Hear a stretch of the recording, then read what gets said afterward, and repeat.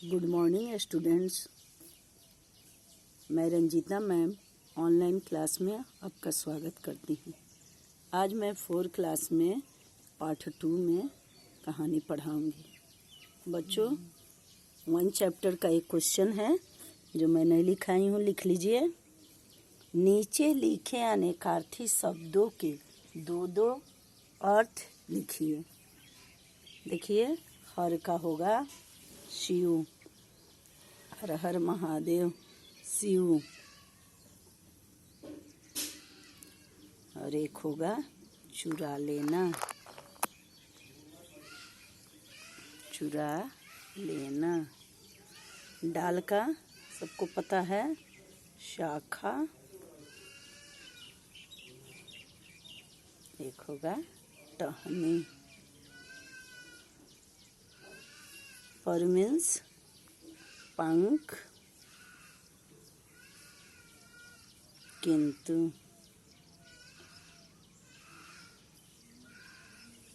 मन का इच्छा,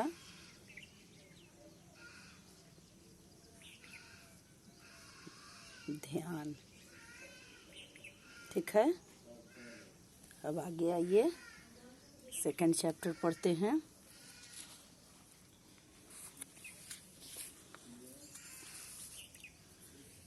बुक निकाल के बैठिए। देखिए, अनोखा बलिदान, अनोखा बलिदान। दूसरे के लिए कोई काम करते हैं उसको हम लोग क्या कहते हैं? बलिदान। जापान के एक द्वीप की पहाड़ी पर एक गांव बसा था। द्वीप समझते हैं बच्चों? समुद्र जो चारों तरफ से घिरा हुआ थोड़ा सा जो भाग होता है, भूभाग होता है, उसको हम लोग क्या कहते हैं? द्वीप कहते हैं। जापान के एक द्वीप की पहाड़ी पर एक गांव बसा था। जापान में चारों तरफ से समुद्र था, थोड़ा सा जो भाग था उस पर एक क्या था? गांव बसा था। वह हरा भरा एवं सुंदर गांव था। गांव क्या था? हरा भरा और बहुत सुंदर था। वहाँ से समुद्र तट अधिक दूर न था। अब जहाँ खड़ा हुई है वहाँ से समुद्र दिखे तो कितना अच्छा लगेगा। तो वहाँ से समुद्र तट अधिक दूर न था। उस गांव के सभी लोग किसान थे। उस गांव के सभी लोग क्या थे? किसान। किसान क्या? खेती बाड़ी जो करता है, जो खेती करता है उसको हम लोग क्या कहते हैं? किसान कहते हैं। एक बूढ़ा किसान हेमागुची, एक बूढ़ा किसान था, उसका क्या नाम था? हेमागुची, भी उसी गांव में रहता था। कहाँ रहता था? उसी गांव में रहता था। उसके बेटों की शादी हो चुकी थी। क्या था? उसके बेटों की शादी हो चुकी थी। घर पोते पोतियों की शरारतों और किलकारियों से गुजरता था। घर में छोटे छोटे बच्चों की हंसी और किलकारी शरारत जो करते थे उससे गुजरता था। एक दिन धूप खिली हुई थी। एक दिन क्या था? धूप खिली हुई थी, मतलब कि धूप निकली हुई थी। फसल पक चुकी थी, फसल खेत में तैयार हो चुकी थी। किसान प्रसन्न थे। किसान क्या थे? बहुत खुश थे। उन्हें अधिक काम भी नहीं था। उनको क्या था? बहुत सारा काम भी नहीं था। अचानक समुद्र में ऊंची ऊंची लहरें उठने लगी। अचानक क्या हुआ? एकाएक समुद्र में खूब ऊंची ऊंची लहर उठने लगी, मानो उछल उछल कर नाच दिखा रही हो।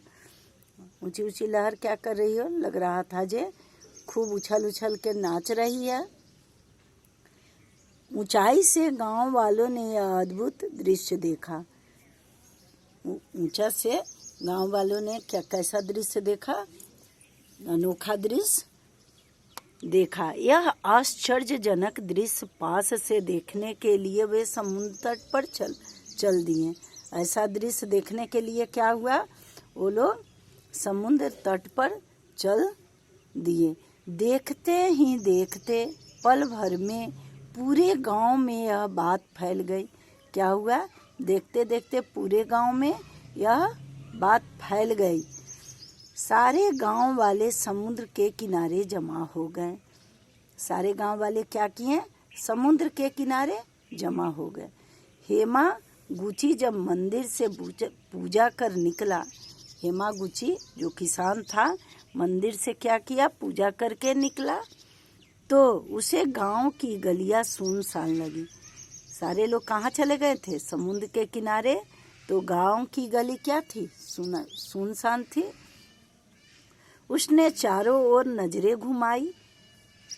क्या किया उसने? चारों तरफ देखा। उसकी बूढ़ी आंखों ने देख लिया कि समस्त जन समूह, सारे गांव के लोग, सारे लोग सागर का खेल देख रहा है।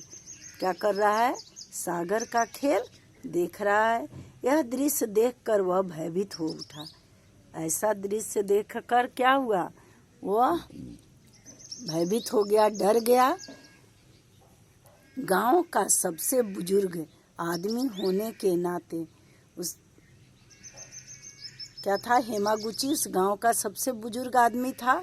इसके नाते केवल वही जानता था कि क्या जानता था? लहरों का खेल नहीं बल्कि विनाश की सूचना है।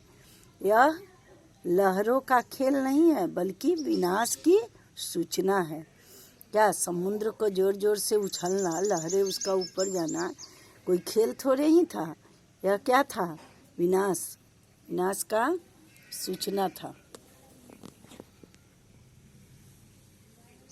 विनाश मीन्स बर्बादी होने का सूचना था। नोटिस हो गया था कि गांव में बर्बादी आने वाली है। कल इससे आगे पढ़ाऊंगी। आज इसको पढ़िएगा और समझिएगा।